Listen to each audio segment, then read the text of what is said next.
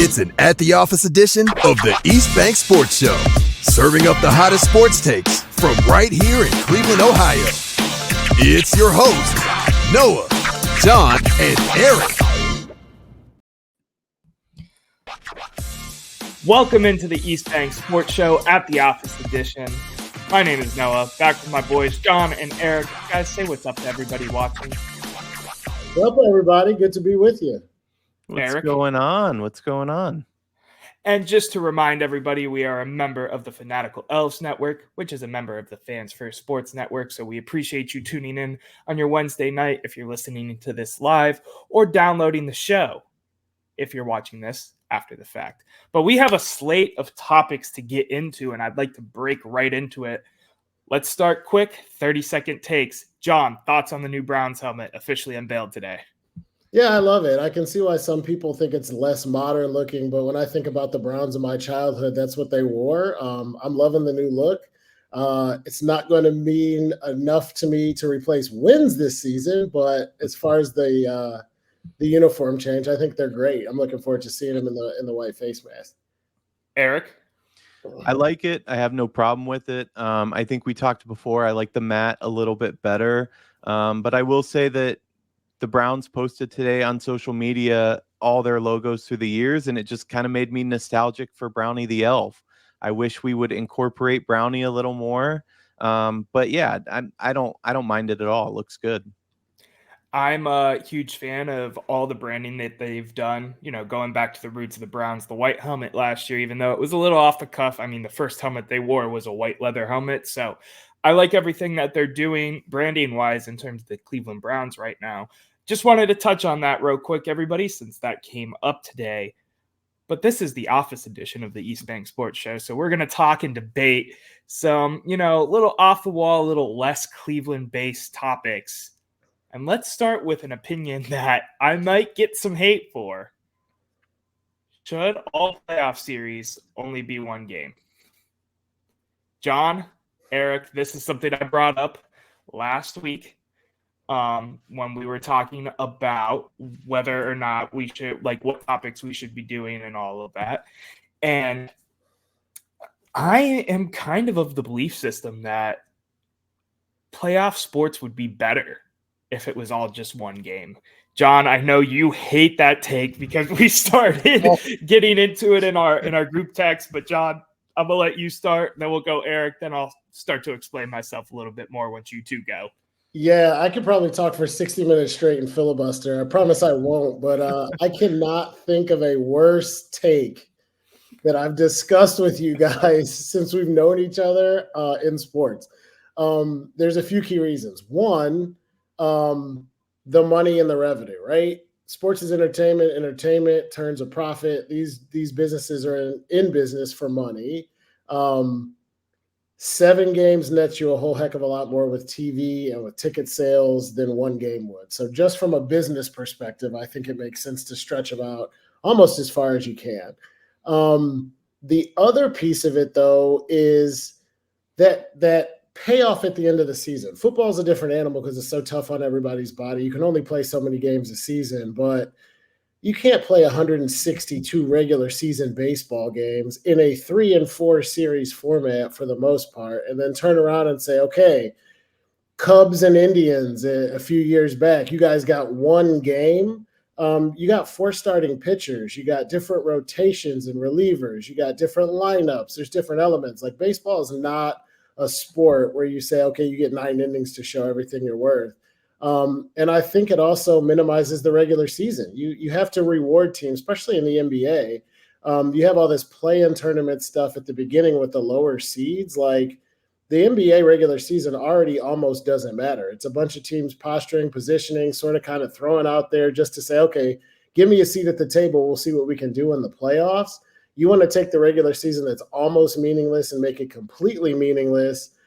Tell everybody they got one game, and it doesn't matter what seed you are. You have one opportunity to beat your opponent. I just don't think it makes sense. The cream rises to the top. The reason they have 7-game series is 95% of the time or more, the better team wins over 7-game stretch. I mean, we see it in the NCAA tournament all the time. The best team doesn't always win because one hot half of three-point shooting or one bad half of three-point shooting, and a team that was supposed to be world beaters is out of it. I mean, ask Virginia as a number 1 seed losing in the first round for the first time ever, if they would like a game 2 and game 3 to run it back and show everybody that they should be there. I can't think of a single reason why you would want to move baseball and NBA or hockey to a one-game format. The drama of the playoffs is so amazing because you have these elongated series where there's matchups and teams that learn each other. I just can't even think of a good argument as to why we'd want to go to one game in any format. I mean, hell, I think the World Series when they started was a 9-game series and they cut it back to 7. A one-game series, especially for baseball, just doesn't make sense to me. Erik, because I'm feeling it today now already off of that one. Noah's on one. Should playoffs be one game in all sports? Absolutely not. Everything that John just said, I'll rehash a little bit because I think he made every point that I had. First of all, just talking numbers, like he said, baseball season's 162 games. Most of the regular season are 3-game series. In the NBA, it's 82 games. And while I do think that the seasons are too long and that both leagues are trying their best to change the game to entice more viewers, that's another story. So you're going to take 162 or 82 game season and distill it down to a one and done single game. That's not just ridiculous, it's criminal. Let's focus on baseball just a little more. Baseball's about proving your worth over a series of games. That's the structure of what baseball is in its essence. What's the point, like John was saying, of building a pitching rotation if we're just going to do a one-game series? Sure, you're probably going to add a little bit to the randomness to the field of possible World Series champions, but that's about it. Switching to the NBA, I think, again, as John said, we're already seeing that impact and downside to the massive playoff field and play-in tournament. As much as I like playoff basketball, and I was watching both games last night, it makes the regular season terrible. Nobody plays very hard as it is. I'd rather see a bit more pressure be put on teams to win their division and make a playoff push, if I'm being honest. Last night's a good example where the Warriors and the Kings played. It's a single game elimination. The Warriors were eliminated. Yes, they looked terrible. I think Klay Thompson went like 0 for 10. He was absolutely awful. He couldn't hit. I mean, I'm talking wide open corner threes he could not knock down. If you make that a 3-game series, though, maybe those things change. I'm not advocating that play-in tournament should be 3 games. Not at all. I'm just saying that it changes how that game works. I can see the appeal to the single elimination game.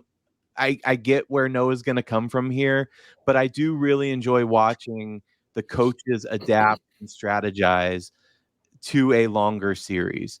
That, you go down one game, for example, and you need to change your game plan, especially in basketball. That's a really big mix of what the sport is. And when you take that away, you're just going to neuter these games, in my opinion, and it's going to be less exciting to watch. I do find it interesting, though, that John led with the money. I understand that it's entertainment and that at the end of the day, we're talking about businesses who want to make a profit. But I do think that somewhat the 7-game series at times gets backlash from fans because it feels a little bit like a money grab. It really that happens when you have a team that's just far superior and sweeps, and you just get the feeling like, what are we doing here? We could have done this in one game, but that said, I'm playing devil's advocate there because going to a 1-game system is a terrible idea. So now that you guys both lashed out on me for the second week in a row, I'm going to actually come in this a little bit more level-headed than the Mike Tomlin argument last week. I do want to say I agree full-heartedly based off of solely the pitching argument about, baseball needing to be a series. I think I've always had this thought process in a heart of the NBA, right?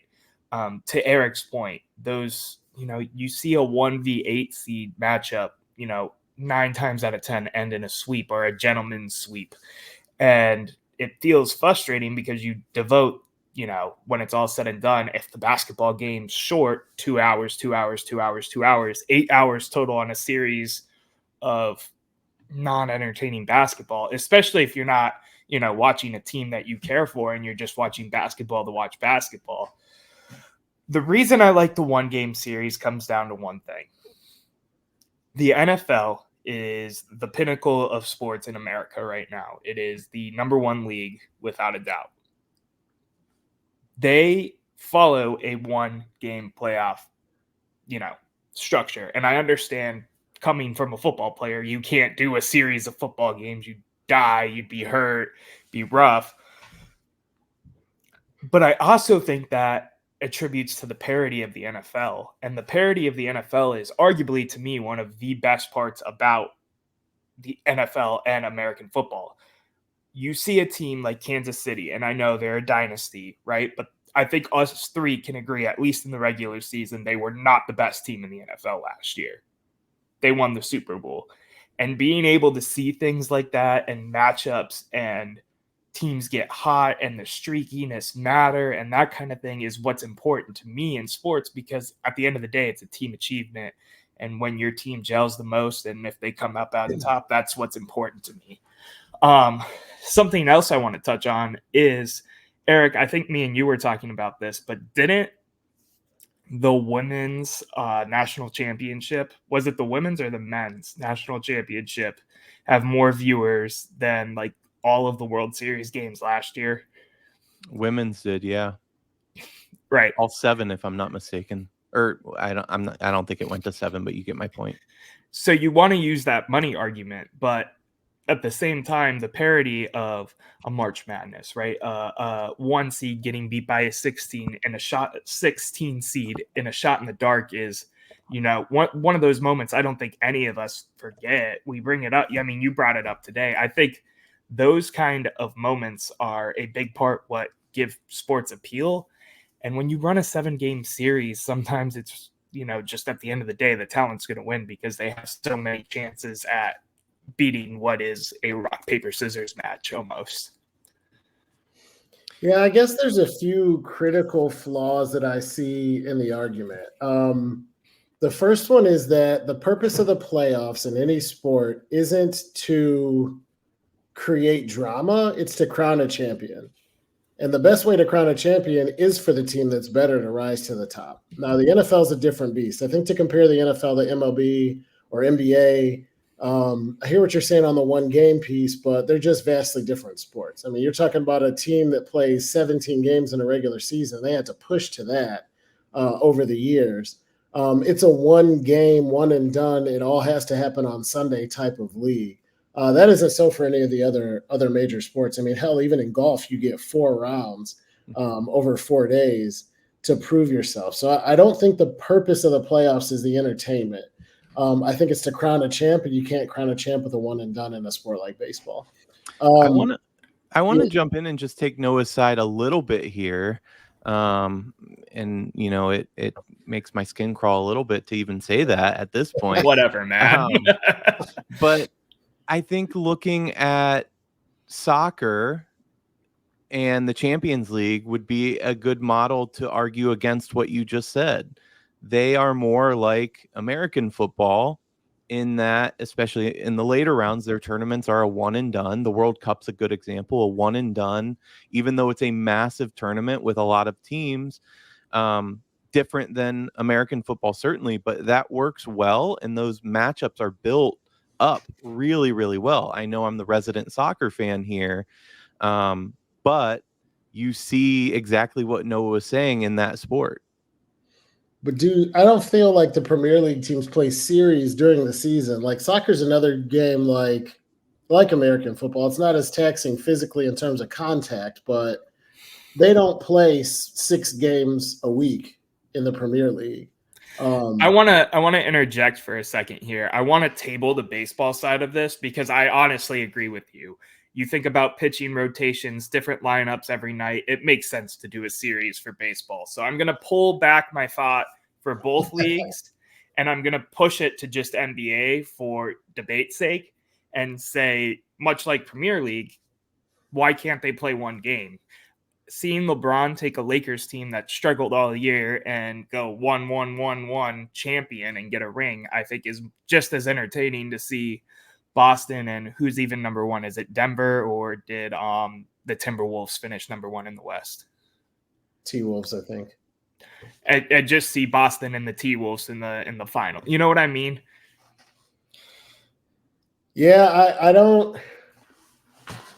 love it. I still don't like anything about it. I hear what you're saying about the Premier League. I'm not saying that. My argument isn't that a one-game scenario in the NBA wouldn't be entertaining. It would be. It would just deprive you of everything else that sports is supposed to be in a playoff setting. You open yourself up to random chance. There's no point in the regular season. Everybody just needs to get healthy and make sure they can win 3 games over the course of a week to win an NBA championship. I mean, that is wild to me. And I also don't think that it crowns the champion. And I also don't think that with a 7-game series that there's no parity. It is a widely held fallacy and misconception that there is more parity in the NFL than there is in other leagues. Everybody thinks there is because you see, the Texans sucked and then they got good. But if you look at the list of the last 20 years in the teams to make and win the Super Bowl, it's the Chiefs and Patriots and like 3 other teams. The 49ers are always there. The Ravens and Steelers are always there. The Patriots are always there. If there were true parity in the NFL, we wouldn't be sitting here waiting for our first Super Bowl berth. The Guardians/Indians have made the World Series a handful of times in my life, and the Browns haven't sniffed one. So this argument that the NFL has more parity, yeah, there's more parity in the teams that are mediocre. But there was no parity when Tom Brady was ripping off Super Bowls every 15 minutes. There was no parity when the Cowboys had Troy Aikman or the Niners had Joe Montana and Jerry Rice. We think of parity because we think any given Sunday, and any given Sunday something can happen. But when push comes to shove and you look at the Super Bowls, it is very top heavy in terms of the haves and the have-nots. But I would argue that for a second too. And I'm sorry, Eric, I know you wanted to go there, but you see teams, and I'm just going to use Kansas City last year as another example. Kansas City wasn't the best team last year. They made it based off of the parity and the parity's sake of they gelled at the right time and went all the way and won the Super Bowl, in my opinion. And, we can get into that nitty gritty of Patrick Mahomes is Patrick Mahomes. Andy Reid is a different, type of coach, different level of coach. But I think there's parity to be said, even when it is, the Patriots make it, and win 6, or the Chiefs win 3. And I think there's parity involved there as well, because you've never seen an undefeated team in the NFL also win a Super Bowl that season. Yeah, I think it's just super fast, Eric. I want to not want to cut you off. We keep using the term parity, but parity basically means like utilitarian democratization of who shows up in this game. To call Kansas City not the best team in the league and to say that represents parity is wild, when Kansas City played in 4 of the last 5 Super Bowls. But were they the best? Can you look me in the eye right now and tell me they were the best team in the NFL last year from front to back? No, they were when it mattered. Did they need to be? Yeah, right. Right, but that's they turned it on when they needed to turn it on, just like we're going to see in basketball. I get what you're both saying. One of the games, I was a little bummed to go live at 9 tonight because one of the games I was most excited for was Heat 76ers. And it's live right now. Last I looked, 76ers had a slight lead. And that's one of the examples where, do you not want to see a 3-game series with those 2 teams? Because I think on the whole, the Heat are probably a little better, but the 76ers could edge them tonight because it's a one and done situation. And to your guys' point, I think John's right. I don't think there is more parity in the NFL. I think it's exactly what he said. We think of any given Sunday because anything can happen on a Sunday, but that doesn't equal parity. We've only had a handful of Super Bowl winners everything that he just said is exactly what I was rebutting in my mind before he said it. Yeah. You're right. Kansas City did not look like the best team during the regular season. Their Super Bowl win, though, I want to be clear, I don't think it was them gelling at the right time. It was professionals knowing what needed to be done when they got to that time of the year and going out there and executing their jobs with, like you said, one of the best quarterbacks and one of the best coaches, not just in the game today, but in the history of the game. That's not parity. That's almost what's expected. We expect those of the good teams. What are falling short of expectations are the teams like the Bills, where you expect more out of them when they have a crazy season, or the Patriots. We look at it as parity because they went 18-0 and lost the Super Bowl. But that's not parity, in my opinion. So I don't think moving the other sports, and let's focus on basketball because you admitted that baseball should be a series. I don't think moving basketball to a one and done situation helps the sport. Yes, the NCAA tournament is incredible, but you have a lot more teams that are going into that, which helps with that. If you have the NBA and you only have a handful of teams that are playing 82 games and then trying to play a long tournament and single elimination, or not long at that point, it's not, like John said, your goal is to have the winner rise to the top.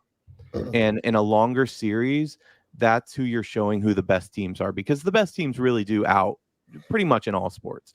If you gave the Chiefs a 7-game series, they're probably going to win and push for the majority, not taking injuries and things like that into account.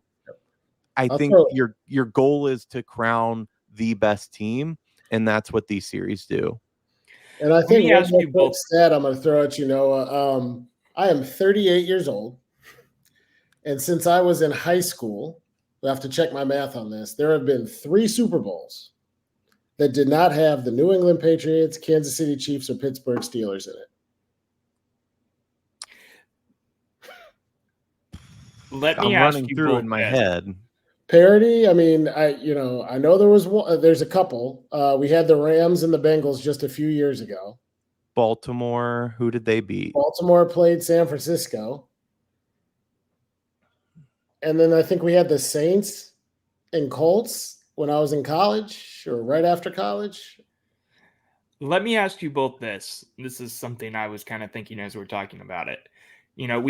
Let's table the injuries and all the brutality that's involved with football to the side. Would you rather it be a multiple game series if you could have that in the NFL then? No.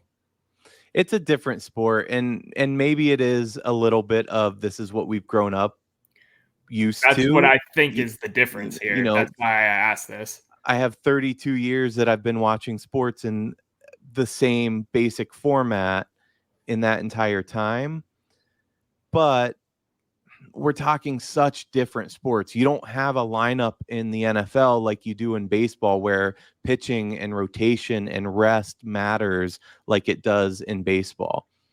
Or those games between, we're going to set a different lineup in game 2 because it's a left-hander and we're going to hit them different or try to pitch them differently. When it goes into that sort of thing, it just doesn't compare well to the NFL. I think your NBA argument's a little closer to the mark, but no, I wouldn't want to see the NFL go to a series. John, what about you? Because you shook your head too, and I thought for sure you'd be like, yeah, if there's, no brutality and you're able to just do like games back to back, over a span of like 5 days or what. Why do you say no to the NFL? It's just weird. Like, I think, if NFL had no brutality and they made it flag football, then yeah, you could play 3 or 4 times a week. You could do 3 games. But throw away saying flag football. Just think, if football was physically able to be played in a 7-game series in a doable amount of time, would you have that? No, not unless you change the regular season. It's about the regular season, the structure, and how you get there, added into how we're going to crown a champion. Like in NFL, it makes no sense. You can't play 17 games and then play a 7-game series for the Super Bowl. Baseball, you got 162. It's very different for the reasons and I don't want to beat a dead horse for the reasons we already discussed, but no, I don't want to see a 7-game series or even a 3-game series in the NFL. But do you guys think that if we did move baseball, and as much as I don't like it, baseball and basketball to a 1-game playoff series and championship, do you think that the World Series and the NBA Finals would become an event like the Super Bowl with the advertisers That's my biggest argument, I think, to it too, just because, we're all kind of in that advertiser, marketing space in some sense, is it would make it an event. Like NBA Finals Saturday. John, you joked World Series. You couldn't even call it the World Game or whatever. Ugh. World Game, Friday or whatever, or Sunday. Everything can be on a Sunday. I just think, I don't know. I love the spectacle that the NFL has, and we can throw away the parody argument and all that for a second too. The spectacle of the Super Bowl, where football fans and non-football fans all sit in front of their TV, eat a bunch of food that they shouldn't be eating, drink a lot of drinks that they probably shouldn't be drinking before they go to work or school the next day, and watch football and the commercials and the halftime show. You could amplify that and, arguably, like, take the MLB, for example, a league that's been trying to find its footing in a modern era where people call baseball boring, even though I disagree. Giving I'm just going to keep calling it the World Series, even though it's not a series. Giving the World Series a spectacle like that, where we have some sort, like the 7th inning stretch performers, it would be. I think it would help the sport, because to what I said with Erik earlier too. I mean, one game, the women's national championship versus a whole World Series, did the same amount of viewers. Imagine a World Series where it's one game. But do you see everybody tunes in? I don't know that you're right. A lot of non-football fans watch the Super Bowl. They watch it for the commercials and they watch it for the entertainment. This year they were watching for Taylor Swift. I'm not sure that the other two sports, baseball and basketball, would have that same appeal, even if you move it to a 1-game, one and done World Cup. We're taking it all series, non-series. I don't see that movement like the NFL. The NFL is a different beast. It is a marketing machine in a way that no other sports league has really had in the history of sports. Maybe when you talk World Cup, just because it's such a global phenomenon, but the NFL is its own animal. And again, trying to draw comparisons to it, I don't think we'd see that same event. It would be interesting. I'd like to see it from a marketing standpoint. I think it'd be a lot of fun. I just don't think it would have the same gravitas. Yeah.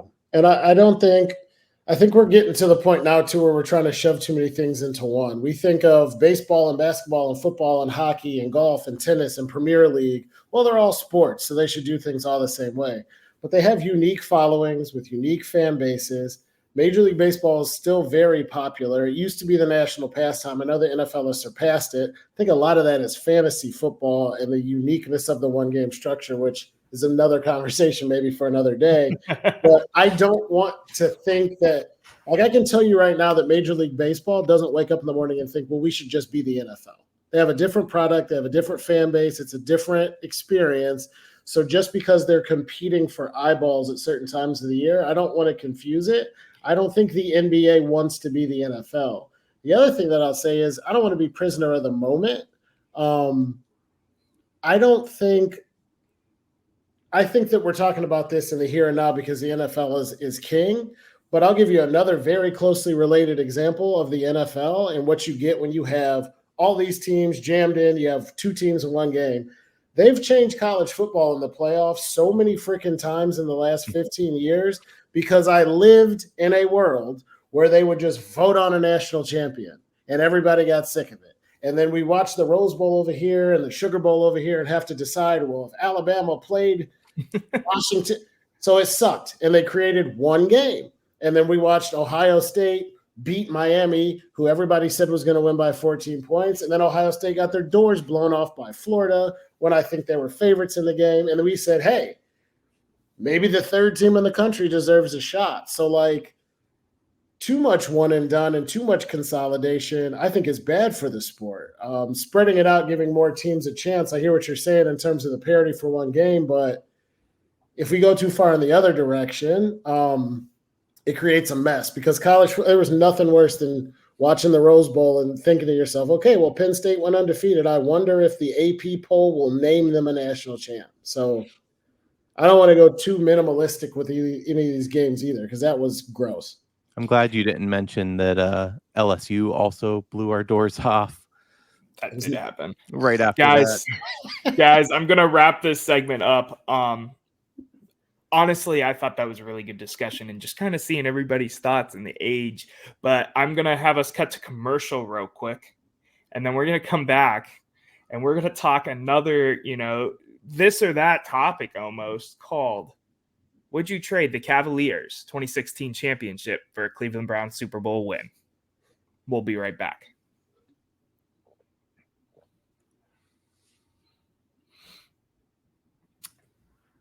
So we're back, and we have another good topic. We put 3 kind of spicy topics together and just decided to put it all in one episode and debate for a while.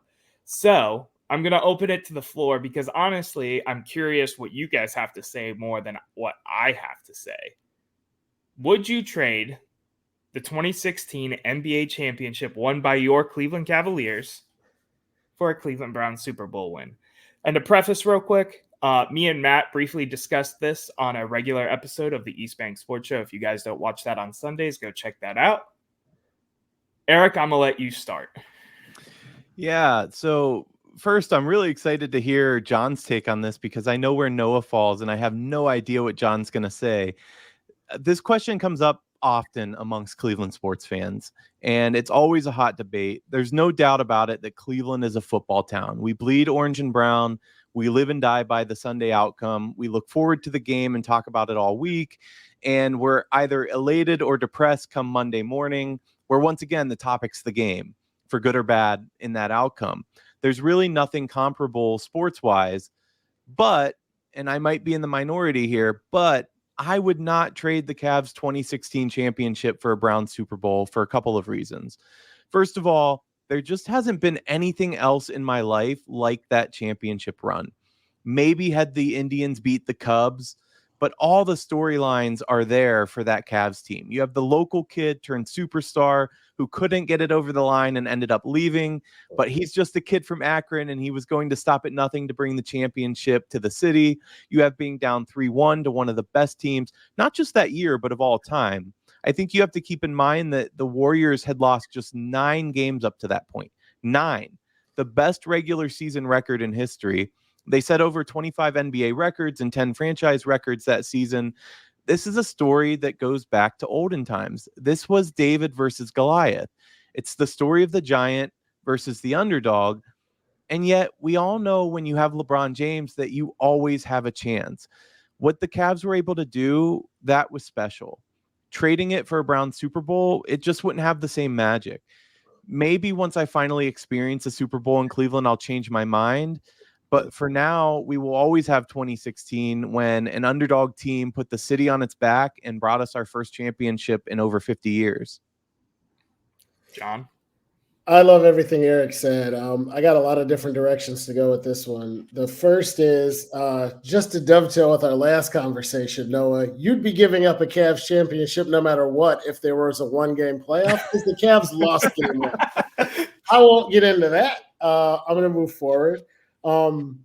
There's so much to unpack there for me. As Cleveland sports fans, I think the reason sports matter so much, right? It is a football town. They invented the game like half an hour down the road, 45 minutes down the road. It's a blue-collar town. We live and die with the teams. It's a lot of times people's only outlet. You had a tough week. You had a lot going on in life. For 3 hours on Sunday for the Browns or during the playoffs, you can let loose and enjoy it. And it's something that's passed down generationally. My grandmother told me stories about watching Jim Brown and the civil rights movement. My father told me stories when he worked the sideline at Municipal Stadium and watching the Browns and Bernie Kosar go up and down the field. All of these sports are passed to us. They're part of our DNA, which is why in a market the size of Cleveland, we can still support 3 sports teams. And we took a kid from Akron who left and came back We got down 3-1 to one of the best teams ever assembled. And we came back and won 3 games in a row to win our first championship in forever, 50 some odd years. I don't remember. I used to know it like the back of my hand, and then we got one, and I forgot exactly how many years. 53, I think. 53 years. I have 4 daughters and got to sit with them now that I've passed this fanhood to them on Father's Day and watch the Cleveland Cavaliers hoist a trophy. There is no way, in any way, shape, or form, that I would ever go back in the past and undo anything that was done. That was one of the most magical rides of my life from a sports fan perspective. We were together as a community. We were together as a family. It was a party for a week. There were millions of people at the parade. That is not a genie I want to put back in the bottle. That's one of the best memories of my life, and spending that time with the kids and everything as a sports fan. So there's a 0% chance I go back and change anything about it. Now, looking forward, if you said, hey, would you rather have a Cavs championship this year or a Browns Super Bowl this year? Then sign me up for the Super Bowl yesterday. 1,000%. I mean, I would not only take that. I think if somebody said the Cleveland Cavaliers could win another championship this year, or the Cleveland Browns could host the AFC championship game, I would probably take the AFC championship game and not even need to guarantee a Super Bowl. Because Browns are so big and I want to see another team do it. That's just kind of how I feel about that looking forward. But to go back to 2016 and trade it, it was too perfect, man. You couldn't, I mean, if you wrote a script like that, took it to Hollywood and said, we're going to have this kid from Akron grow up, leave, everybody hates him, burning jerseys, come back, win a title, 53 years, you'd be like, yeah, right. Like, go to Disney. This is a fairy tale. And it happened. Like, and do you guys remember that night? I mean, I think I think Noah was downtown, right? I was downtown, yeah, with some of my high school friends. Yeah, I was downtown as well. It's almost surreal thinking about it. It feels like a dream because I'll never forget, after the game ends, I was at the 9 watching it on the rooftop bar. I come down the street and it is, first of all, wall-to-wall people. I was walking to 4th Street. It's more people than I've ever seen, maybe except for the parade in Cleveland. At one point, some fans had taken over a fire truck. They were just climbing on top of it. And police officers came in on horses, got everybody down, and then were high-fiving them. It was the most insane time in the city that I've ever seen in my entire life. And just before you go, Noah, I want you to hold on to that feeling and remember that. Yeah, it was wild. I didn't go to work for 3 days. We just happened to be going to the rec center to go swimming after we bought our Cavs shirts. We saw a bunch of people at the airport, pulled over. I have a picture of me 10 feet from LeBron James holding the trophy up on the fence because we just happened to put, like, so much shit happened. It was so wild. Yeah, but no, I'd love to hear your thoughts. Yeah, so this one's an interesting one for me, right? You guys went through a lot more heartache than I did as a Cleveland fan, I feel like, because, I've been a Cleveland fan for 23 years, but, probably the first 10 years of my life or whatever, you don't really, count that almost because you don't grasp the sport like you do, say 13 and on, 10, 11, 12, 13, wherever you want to put that number. I will say some of the greatest memories in my life are from the stretch of the Cavs winning game. Well, first of all, in general, that Cavs playoffs era, going to the watch parties, posting and tweeting. That was the first time I was doing like Twitter like that and really getting into the nitty gritty of being a sports fan. I feel like not the first time, but the first, you're in it, you're tweeting, you're responding, you're posting pictures. I vividly remember I posted a picture of LeBron James sweeping up a bunch of Hawks when we swept the Hawks in the Eastern Conference Finals. So the memories, and obviously as a Cavs employee and a Cavs fan, the memories are, bar none, some of the best things that have happened to me in my short time here so far alive. That being said, I, as an individual, connect with the sport of football unlike any other major sport, period. And it's hard for me to even like fathom giving up that championship. But at the same time, it's even harder for me to fathom the Browns hoisting up a championship. So to me, if I'm trading something that has all this significant meaning to the three of us, and I will never discredit that, for something that would have, in my opinion, 2 to 3 times the significant meaning for myself. The Browns are the reason I played football. Joe Thomas is the reason I accepted my role as an offensive lineman. Wyatt Teller is my favorite player today. Nick Chubb embodies the city of Cleveland. It like pains me to even like think, yeah, I would do it, but you making a deal with the devil, and the devil said, I'm taking this back, but you can have the Browns championship. I feel like I'd have to take the Super Bowl. So don't you feel like you're robbing Peter to pay Paul, though? I mean, 100%. I don't disagree with you at all. 110%. It's a tough, like, it's almost one of those like thought, like experience. Like, I don't even know how to fathom doing that because of all the positive memories, the togetherness with friends at the time, my family. I still have confetti. The ticket from the watch party when we won is hanging up on my wall to this day. I got confetti. I have confetti from inside the queue. It'll always be the queue to me. I'm of that generation still. I'm not that young, guys. well, it was the Gund, but go on. Gund Arena, but yeah, I remember that too. I saw Metallica at the Gund Arena. It was like the year before they changed the name. I digress. It is so hard to fathom doing that, but it's even harder to fathom the Browns actually winning the Super Bowl. And I think that's why I lean that way. But I would never want to be put in this situation to make that choice because I would not feel great either way. Well, let me say 2 things about what you say, Noah. I think what you said, and I'm sitting here thinking, geez, I'm not that much older than you, but I guess I am about a decade older. I think putting in perspective, we haven't seen very good Browns teams. We're just getting in the era of seeing good Browns football. And so there is the thirst for that. However, you didn't necessarily sit through some of those really bad Cavs teams, where Andre Miller was our star, and that's all we had. Maybe he'd put up 30 points, but we weren't making the playoffs. We weren't doing anything in the playoffs.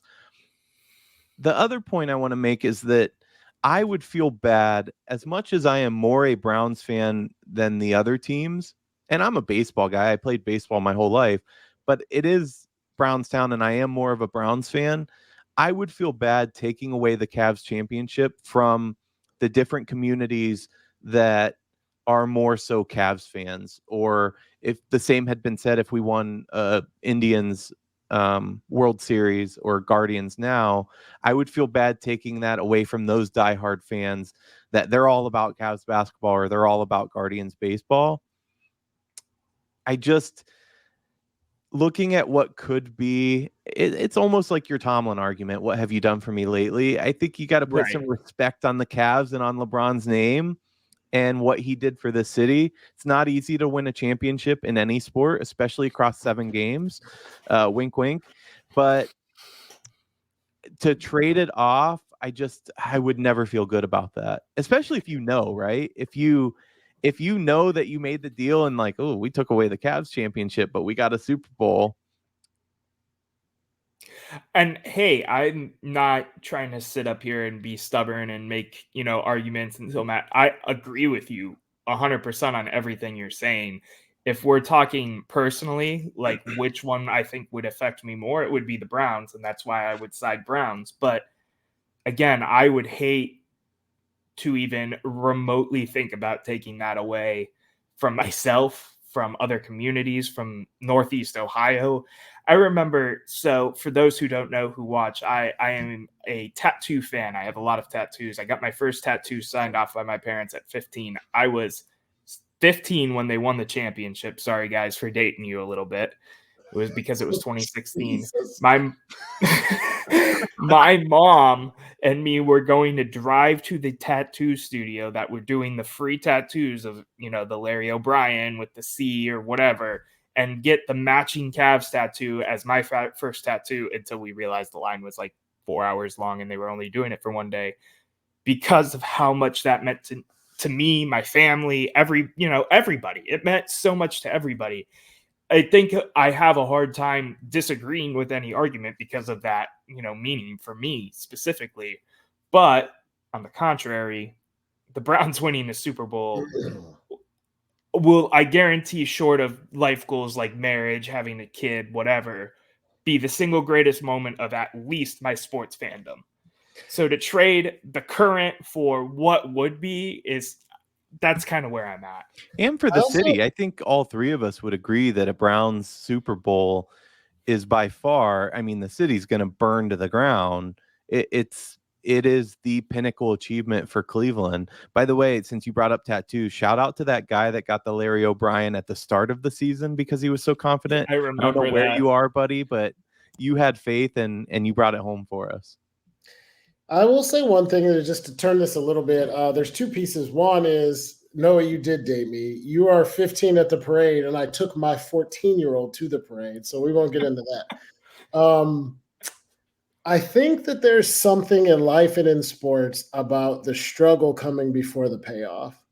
I don't think that if you're just given something that you appreciate it. I don't think that way about money and life with work. I don't think that way about love and relationships with people. And I don't think it's that way in sports.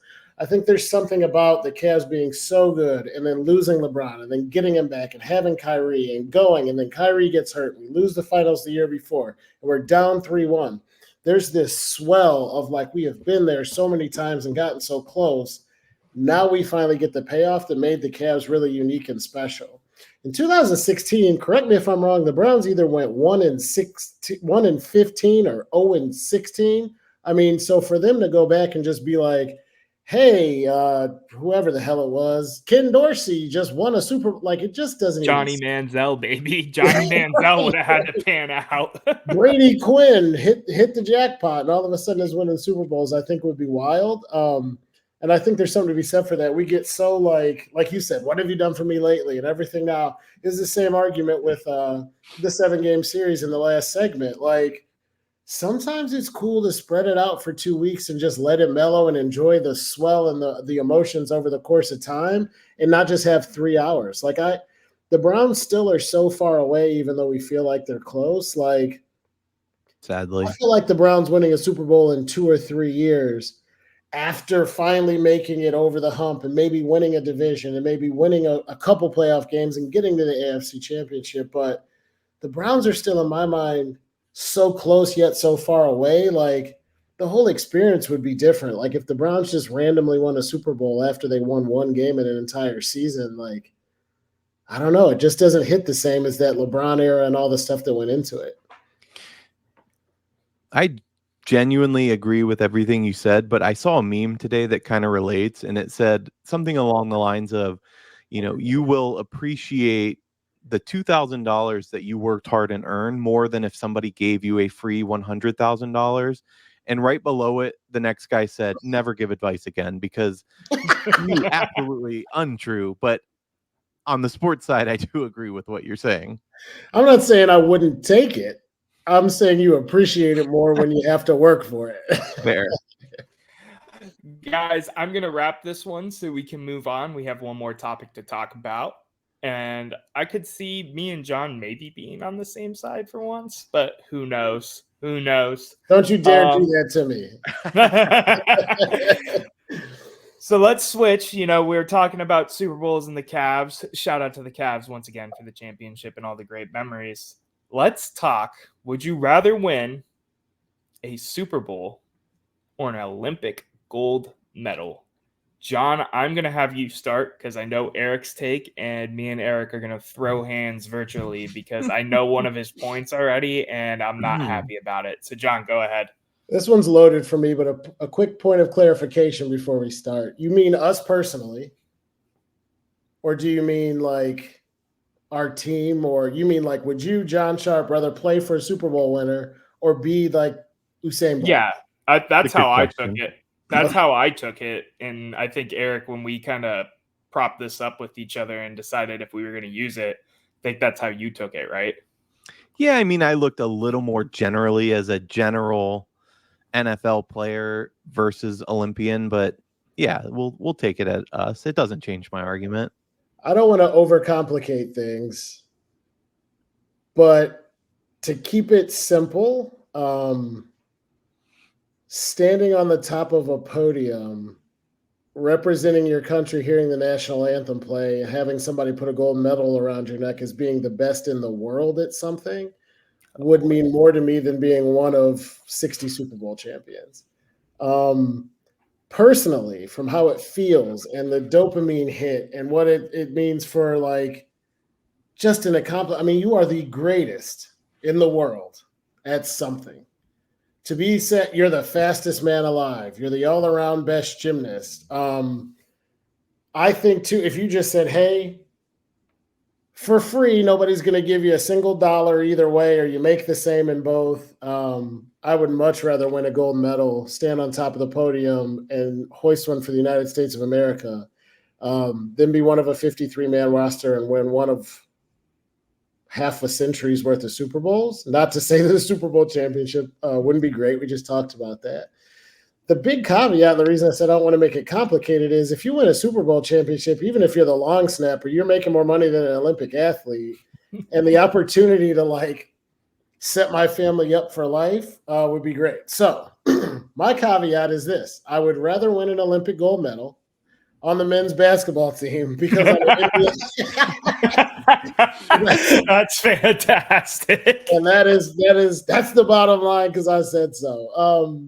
Yeah, I think the gold medal will be cool. You hear people like Kobe Bryant, Michael Jordan, LeBron James talk about how much it even meant to them after winning championships to win a gold medal.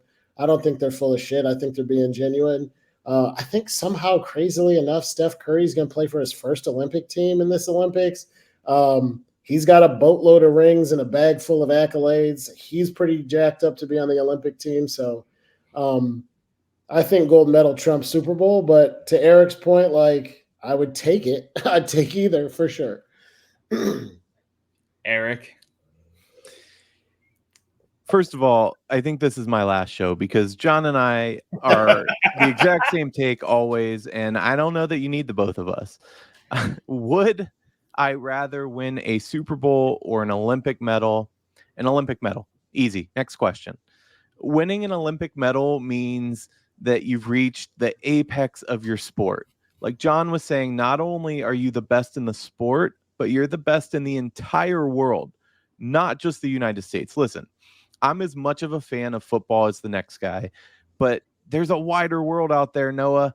It's a big place, and football is certainly the most popular sport in the world, but it's not American football. We call it soccer. So you're saying that you'd rather win a one nation championship that's meaningless to 98% of people? That's number one. Number two, it is much harder, in my opinion, to win an Olympic medal than it is to win a Super Bowl. There are 32 teams in the NFL, each of which have the potential to win a Super Bowl. So what you're saying is a backup lineman that is essentially a tackling dummy for all intents and purposes is more pinnacled than Michael Phelps. You're crazy. There's no way. Not only can a smaller group of teams win the Super Bowl, but they also have the potential every single year. And depending on the position you play, for 12 or more years, an Olympian does not have that opportunity. It's only once every 4 years. But for some athletes like gymnasts, that window is one. It's one Olympiad. They're not ready for the Olympics, and then they're in their prime and they get one Olympic, one chance, and then they're aged out of the third. So they have one shot to win gold. Everything on the line where the smallest of mistakes is catastrophic. Lolo Jones is probably the perfect example of this. She was by far the best hurdler in the world. She's heading for gold. She clips the last hurdle and doesn't get a medal. 4 years earlier, she wasn't good enough yet. And 4 years later, she wasn't good enough anymore. She was still chasing that gold to which she never got. She did medal on bobsled, which is an interesting note. Football requires size, it requires speed, and it requires some luck. The Olympics require you being genetically superior. Even subpar football teams, they can stumble their way into a championship. I know it doesn't happen often. Usually the best team wins, but with the right schedule and momentum, you can get a team that shouldn't necessarily be there winning a Super Bowl. In the Olympics, just about everybody's in peak physical condition with decimal differences separating gold from everybody else. I knew a sports therapist once who told me that the guys that are running, the 100-meter sprint, they're all the exact same physically for the most part. It's the mental that separates those winners. So somebody like Usain Bolt is just a freak because that doesn't happen. By the way, this question was asked on Sports Nation years ago, and the country was split exactly 50-50 on it. One last thing, I want to give a shout out to the Dallas Cowboy receiver and Hall of Famer Bullet Bob Hayes, because he's the only man in professional sports history to ever win both an Olympic gold medal in sprint, in fact, as well as a Super Bowl ring, which is pretty incredible. It is incredible. Hey guys. Oh, no, we can tell you why you're wrong if you tell us what you think. Hey guys, it's me again. So to no surprise from either of you, I think my answer is I would 130,000% rather win a Super Bowl than a gold medal. I would rather win a Super Bowl than a gold medal for a plethora of reasons. The main one being I played 13 years, 12 years, whatever the hell it was, of football. Football is the sport that I, again, identify with the most. Football is a part of my character and who I am and who I'll always be, I feel like, just because of, playing from college to high school to junior high, et cetera, et cetera. The pinnacle to me in terms of athletic achievement for what I set out to do in terms of my life, granted, I only played D3 football and was a backup, and I was perfectly fine with that because I got to be around the sport. But the pinnacle of the sport that matters the most to me, that, you say you dedicate your life to, that kind of thing, is football. So to me, if it's, standing on the podium as the greatest shot put thrower in the world, or standing on the podium with 30 dudes that we all went out for 17 weeks plus the postseason to get together and win the Lombardi Trophy, no feeling to me would be sweeter than lifting that silver football high up in the sky and saying, I am a Super Bowl champion. And I'm going to Disney World. I think you have and a I'm little going bit to of, Disney World. And I'm going to Disney World. I think you have a little bit, I don't want to call it a skewed perspective because it's not skewed. I think you're unique in the fact that American football is so popular in America and so not popular everywhere else. Because when I first heard this question, I thought back to my sports days. Same thing, D3 baseball. I only played for a couple of years. I played hockey and baseball, hockey with the Kelseys at Heights. I think we hit on that. I could win a gold medal in hockey and still be a pro athlete and win a Stanley Cup. You could still win in soccer. You could still win in so many other sports. Football is one that's not international, but I'll throw this out there for you. Sports transcends, the Olympics transcend just sports. I think back to the most special moments of watching certain things for me as a hockey guy. The miracle on ice and beating the Soviets is one of the greatest moments in American sports history. There's nothing that equates to that playing football. Tom Brady will never have miracle on ice status. He is the GOAT. He's great. He's wonderful. He's all the things that Tom Brady is, no shade. There are times where it means more than just the sport too. And I think that's an opportunity that the Olympic medal gives you that some other things don't, right? The Michael Phelps run where he was just bringing in gold medals and stuff. I mean, that was unbelievable theater. Him and Ryan Lochte and the relay team and the gymnast, Dominique Dawes and the figure skaters. There's so many. Simone Biles. Oh my God. Yeah. And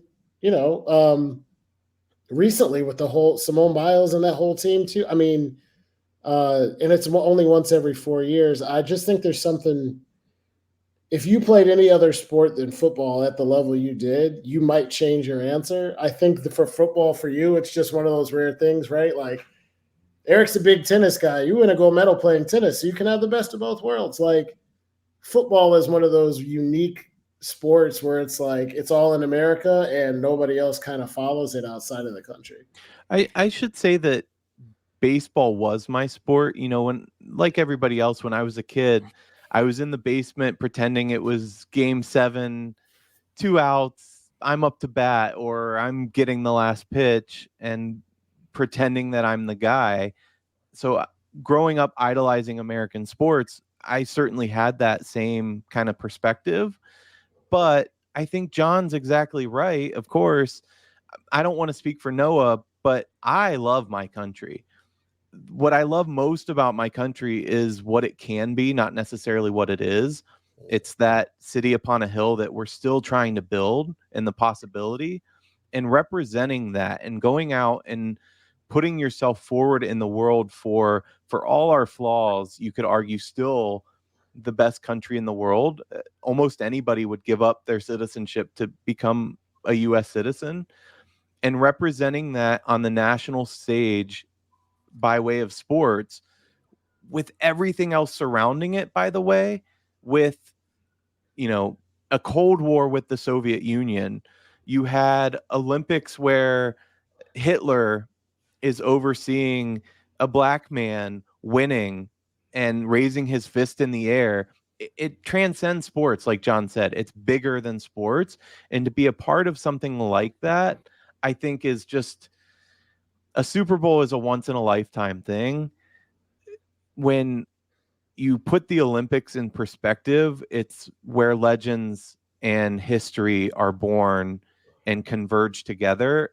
I just don't think you can put a price on that. And I like John's caveat because, yeah, I want Tom Brady money. I don't want Olympian money. Absolutely. I want the career and notoriety. And we're still talking about Tom Brady constantly. I brought up Michael Phelps, but unless it's the time of the year, you're not really talking about these guys. So 100% agree there. But for what it means to the wider world and our position in the world, for me, my money's definitely on an Olympic gold medal. Let me ask you guys this, and we're already hitting over an hour, so go figure. It's just another day at the office, right? Why do these pro athletes then, LeBron hasn't played since 2012 for a gold medal, opt out of it, and B, I think when we talk, legacy of a player, right? Who brings up how many gold medals Michael Jordan had? Carmelo Anthony brings it up every chance he can. That's all he has. But how often is that actually used in an argument that you see in a day-to-day or even on your bigger sports show, ESPN, whatever? It's apples and oranges to me. And here's why. You asked me and Eric, we're sitting here. We've never been pro athletes. We don't know what it's like. We're just speculating, right? LeBron James is a brand unto himself. He's a specimen. He is this whole business, and he has a contract with a National Basketball League team and with sponsors and with all of those endorsements for hundreds of millions of dollars. His responsibilities are different, and what he's going for are different. I think you could say, hey, here's 17 pro athletes you saw opt out of wanting to win a gold medal, and could still say out of round numbers, 400 million Americans, 200 million of them would still rather win a gold medal. What LeBron James means to so many different people means his priorities are different. If you ask LeBron James when he was 17, would you rather win an Olympic gold medal or would you rather win a Super Bowl? He might have said gold medal at that point. Things change as people become who they are, get older, get the fame and the accolades doing their thing. So I kind of think it's a different question because these guys have responsibilities and thought processes that are different than ours because they got so much else going on. And it is such a specific sport too. Olympic basketball is not the be all end all of the Olympics, of course. It's the swimming events, it's the track and field events. I get what you're saying, and I agree with what John's saying. I just think it's so impressive to me. Don't get me wrong. It's impressive to grow up and become a professional athlete in any sport and to do anything, let alone win a championship. That's amazing, right? But to be a guy on a team winning a ring and having the potential, let's say you're the backup linebacker for the Chiefs and you have 3 rings, I just don't think that means as much as dedicating your entire life to a sole sport that you have one shot, one opportunity, as Eminem put it, to go out there and win. You're hinging everything that you are in one Olympic Games. I think that's incredible. I mean, either way, we're talking about the best of the best in the world. Yeah. Obviously, the United States would go undefeated if we had American football in the Olympics. Absolutely, we'd have every gold medal since its inception. But the effort, and for not a lot of money, we're talking about, if you're at the top, the pinnacle, yes, you get some sponsorship money. You think about Michaela Maroney. She's doing commercials and she's on air when the Olympics are airing, but it's nothing compared to professional athletes in American sports. So to dedicate yourself purely for the love and the joy of that sport and not getting much in return, I think LeBron loves basketball. Don't get me wrong. I think he's still playing because he loves the sport, but I'm not sure if he weren't worth $1 billion, would he still be putting his body through that? I don't know the answer to that. Maybe he would, but these athletes that are doing it just for the chance at gold, it's just more impressive to me. Yeah, we one other thing too, to similar vein that you got me thinking of too. I know a guy who worked for the Cavs. He was on the sideline every game. He wasn't a coach. He was the guy his name is Jeff. No names, please, on the last part. But he basically worked on like player availability and interviews. So he was like on the plane with Kyrie when his shoe was released, and he was in the locker room after the finals. He has a picture with the trophy and champagne. He has a Cavs championship ring in a lockbox in a safety deposit box at KeyBank. And it's like, great. So when we say win an NBA championship or win a Super Bowl, to Eric's point too, like I might change the answer if you said, would you rather be Patrick Mahomes or a gold medal discus guy? Like that's a different conversation, but just saying, would you rather win or win it? Because there's people who win. The general manager wins a championship ring. Okay, well, he counts, right? He won a championship. He gets a ring. Like that's a different level than being Tom Brady too. So interesting. Yeah. I think the whole thing's interesting, and I'm kind of curious what the breakdown is. Like if, in a perfect world, we could just put LeBron James next to me up here in the top corner and be like, which one would you rather win? And, ask him that question, because I'm curious, because I think in terms of legacy, I think in terms of, star power, stardom, or whatever, an NBA championship or a finals MVP or even an NBA MVP would mean more than an Olympic gold medal. I'm not saying that's right. I'm not saying I disagree with your guys' take, because 100% I agree that there's levels to this. And for me, it's Super Bowl because I'm a football guy. To you, Erik, it's gold medal because of everyone's background. I'm just curious what the thought process is for an individual that is actually in those shoes and then opts out of the 2016 and the 2020, then 2021 Olympics, and, decides when he's 40 to opt back in and play in the last one and basically be a part of Dream Team 3.0 this year, which I'm very excited to watch, might I add. I'm just curious what that thought process is like and everything. I wonder too, I have a statement and then I have a question for you guys. The statement is, I wonder too how the different generations of when you're born impacts that answer as well.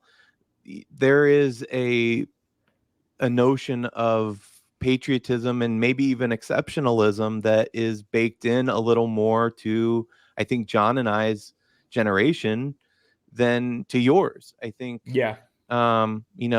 they don't, to the best of my knowledge, I don't think they say the Pledge of Allegiance in school anymore. We did that every single day. I did. I don't know, John, you have the kids. So. I do. They still say the pledge. I'll do that. Interesting. Okay. I've heard some schools have taken it out. John and I were alive and can remember 9/11, such a pivotal moment in our nation's history. So I think there are levels too that go to what it means to represent your country versus a team or what you're interested in. And I think that definitely changes. My question for you guys is, going back to John's comments about Jeff, whose ring is in Key Bank. If you guys were in a similar position, you're not a player, you're just on the team. Let's say you're pulling in a modest salary, a normal salary. Do you guys sell that ring? No. No. Not unless times were that tough. No, never. It'd have to be really tough. And to be honest, I don't even know if I keep it. I think I give it to my dad. Interesting. Yeah. But yeah, to your point, Eric, too, I loved your last point too, to your point before your comment. Again, I'm going to date myself, but I was like in kindergarten when the Berlin Wall came down. So like growing up, very different world for Noah than it was for me. That's for sure. But no, I don't think I definitely wouldn't sell it. I'm not 100% sure what I'd do with it. Yeah, I wouldn't sell it either unless, it was an absolute, dire situation, lose the house or keep the ring type deal. But if you're talking tiers, did you know that, by the way? I was going to say, what are they even worth? Different tiers of championship rings. So the players got like I'm going to use round numbers and kind of make them up, but the players got like the $100,000 ring where everything is legit. Players and coaches, GM, the owner, obviously Dan bought it for himself, but yeah. Then there's like that. I'm really, really close to the team. So Jeff got like the next tier, and his ring is only worth $30,000. Oh. Then you get outside of that, because every single solitary person who worked for the Cleveland Cavaliers got a ring, but like the maintenance staff and the concession sellers, they're and me if we win this year. Yeah, they get like they're worth like $500. Well, I have that one from Alibaba. I mean, yeah.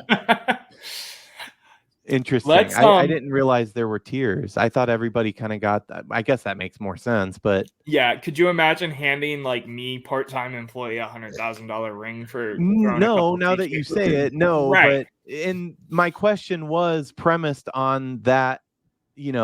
I think they were more than 100, but the premise was, let's say it's 200. That's a couple kids through college. When you start talking numbers like that, I think you have to take it into consideration. I didn't realize there was a tier 30,000. Yeah, that's a Kia. Let's wrap up the show because we have been going for a minute. Let's go into our final thoughts and takes. Erik, you always ask if we're doing a spicy take at the end, so I'm gonna let you start us off today. Mine's actually not that spicy for once, but my hot take of the day is that Zion Williamson should just retire from basketball. And while he's at it, he should change his last name because it's too close to mine. This guy is not a winner. We talked about this a little bit in our group chat, along with Klay Thompson, actually. They both should retire. At least Klay was out there trying. So the Lakers-Pelicans, let me just go back a minute in case people didn't watch it last night. It was a close game. It was a really good game. And with 3 minutes left, Zion left with calf strain, cramping. Are you freaking kidding me? Your season's on the line and you're leaving. Now, it's one thing if he tore his Achilles, which, by the way, Kobe played on a torn Achilles.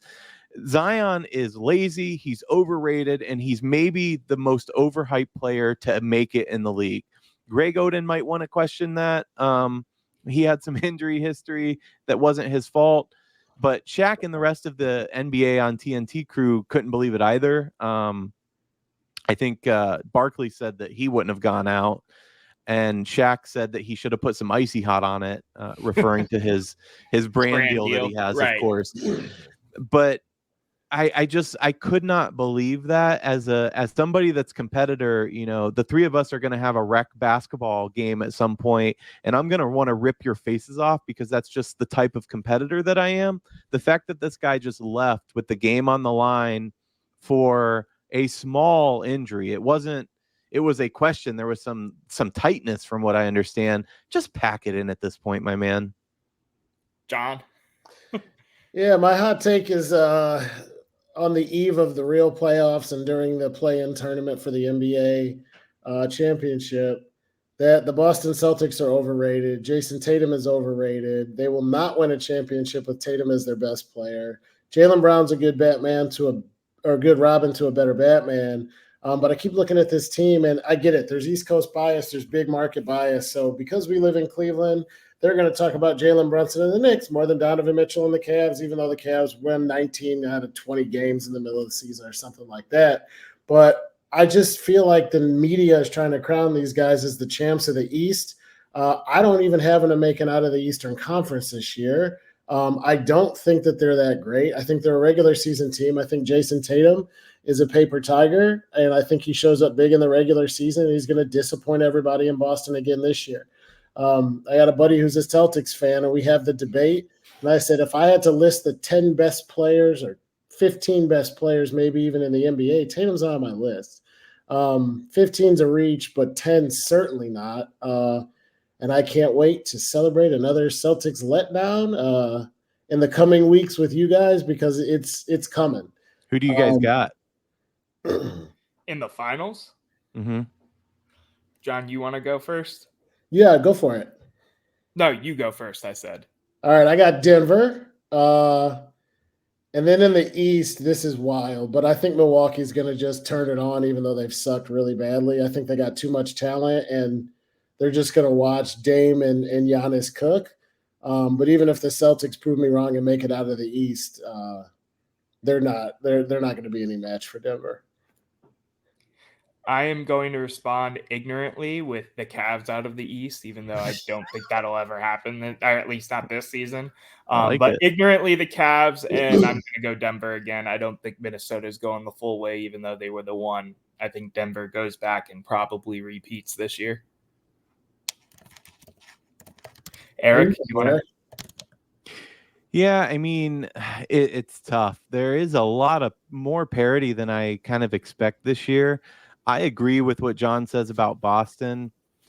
I think they could slip through the East. It depends how favorable those matchups are. It's like when we play the Knicks, we don't match up well against them. That's not to say that we can't beat them. I think there could be some favorable matchups for the Celtics. I tend to agree with you guys, though, with the West. I am really interested to see Anthony Davis had a terrible game last night, but he's really turned it on this season. Yes. And playoff LeBron is different than regular season LeBron. So they kind of took their foot off the pedal last night until Zion, Mr. Glass exited. But I'm interested to see. I can see them kind of making a push, but do they have Denver next? Yeah, and we said this earlier. I misspoke. I thought the Wolves were number one. They finished the game back. The Thunder and Nuggets are 1-2 seeds, I think, in the West. Interesting. Okay. To your point with the Bucks, though, it's the curse of Doc Rivers. I'm not sure they can get over. I overall, I like Doc Rivers. I think he's a little overrated. He had some incredible teams that couldn't make it over the hill. I don't know. I don't know how they'll be. I mean, honestly, too, like any of these teams in the East, or any teams in the West. First of all, the reason I feel good about saying Celtics are bums is because I think if they're not bums, but they're not going to win a title. Is because I don't think they can beat the Nuggets, the Timberwolves, the Clippers, the Suns. If the Lakers screw around and make it, I think the West is loaded. But yeah. Can the Celtics beat the Knicks in a 7-game series for sure? Well, yeah, because they got injuries. But you got the Bucks, you got them at 76ers. I don't know. I kind of like the 76ers too, to be honest. There's just too many teams out there who are, in my opinion, as good as the Celtics when push comes to shove. Well, did you know that the 76ers won tonight by 1 point? Interesting. Really? They beat the Heat 105-104. That was probably a great game. Yeah. I'm going to go with my take and wrap this up. My take is I'm going to go spicy. And I have a little baby take off of that. I think there's a real chance the Cavs don't make it out of the first round again, regardless of the favorable matchup. I don't like the quasi throwing of the game in the fourth quarter. Whether you believe that was what they were doing or what they weren't doing, that's neither here nor there. I don't like that puts the ball in Orlando's court to have momentum and want to be like, well, why did you want to play us? Because we beat you in a series. That being said, since I'm on topic with basketball, I do want to say from my side of things, because, Erik brought up that we are going to be playing some pickup basketball here soon in the coming weeks. I was looking into getting a new pair of basketball shoes because I haven't played basketball since in college, at the rec or whatever. But, that 2008 to 2013 Nike era of Nike basketball is undefeated and will never be beat. In terms of KD having a great model, LeBron having a great model, Kobe having great models, that kind of thing. I'm not talking Jordans because Jordans are in the league of their own, but in terms of the grander scope of basketball models through the years, Nike was undefeated at that time. With that being said, gentlemen, thank you for being on the show. As always, we will be back at you next week talking about something that they probably disagree with me about. I'm your host, Noah, John, Erik. Thank you for tuning in to the East Bank Sports Show, Office Edition. Don't forget to give us a download if you are still here when the show is over. So that way, we can make some pennies on the dollar and, it helps us grow. It helps the Fanatical Elves and all the guys over there grow as well. Make sure you check out their shows, Burning River Browns Talk, the Johnny Cleveland Show, Browns Breakdowns. There's a lot of different personalities in this network that you guys should all be checking out as well. And at the end of the day, gentlemen, it was a great conversation. Thank you guys for watching. And until next week, go Browns. Go Cavs. Go.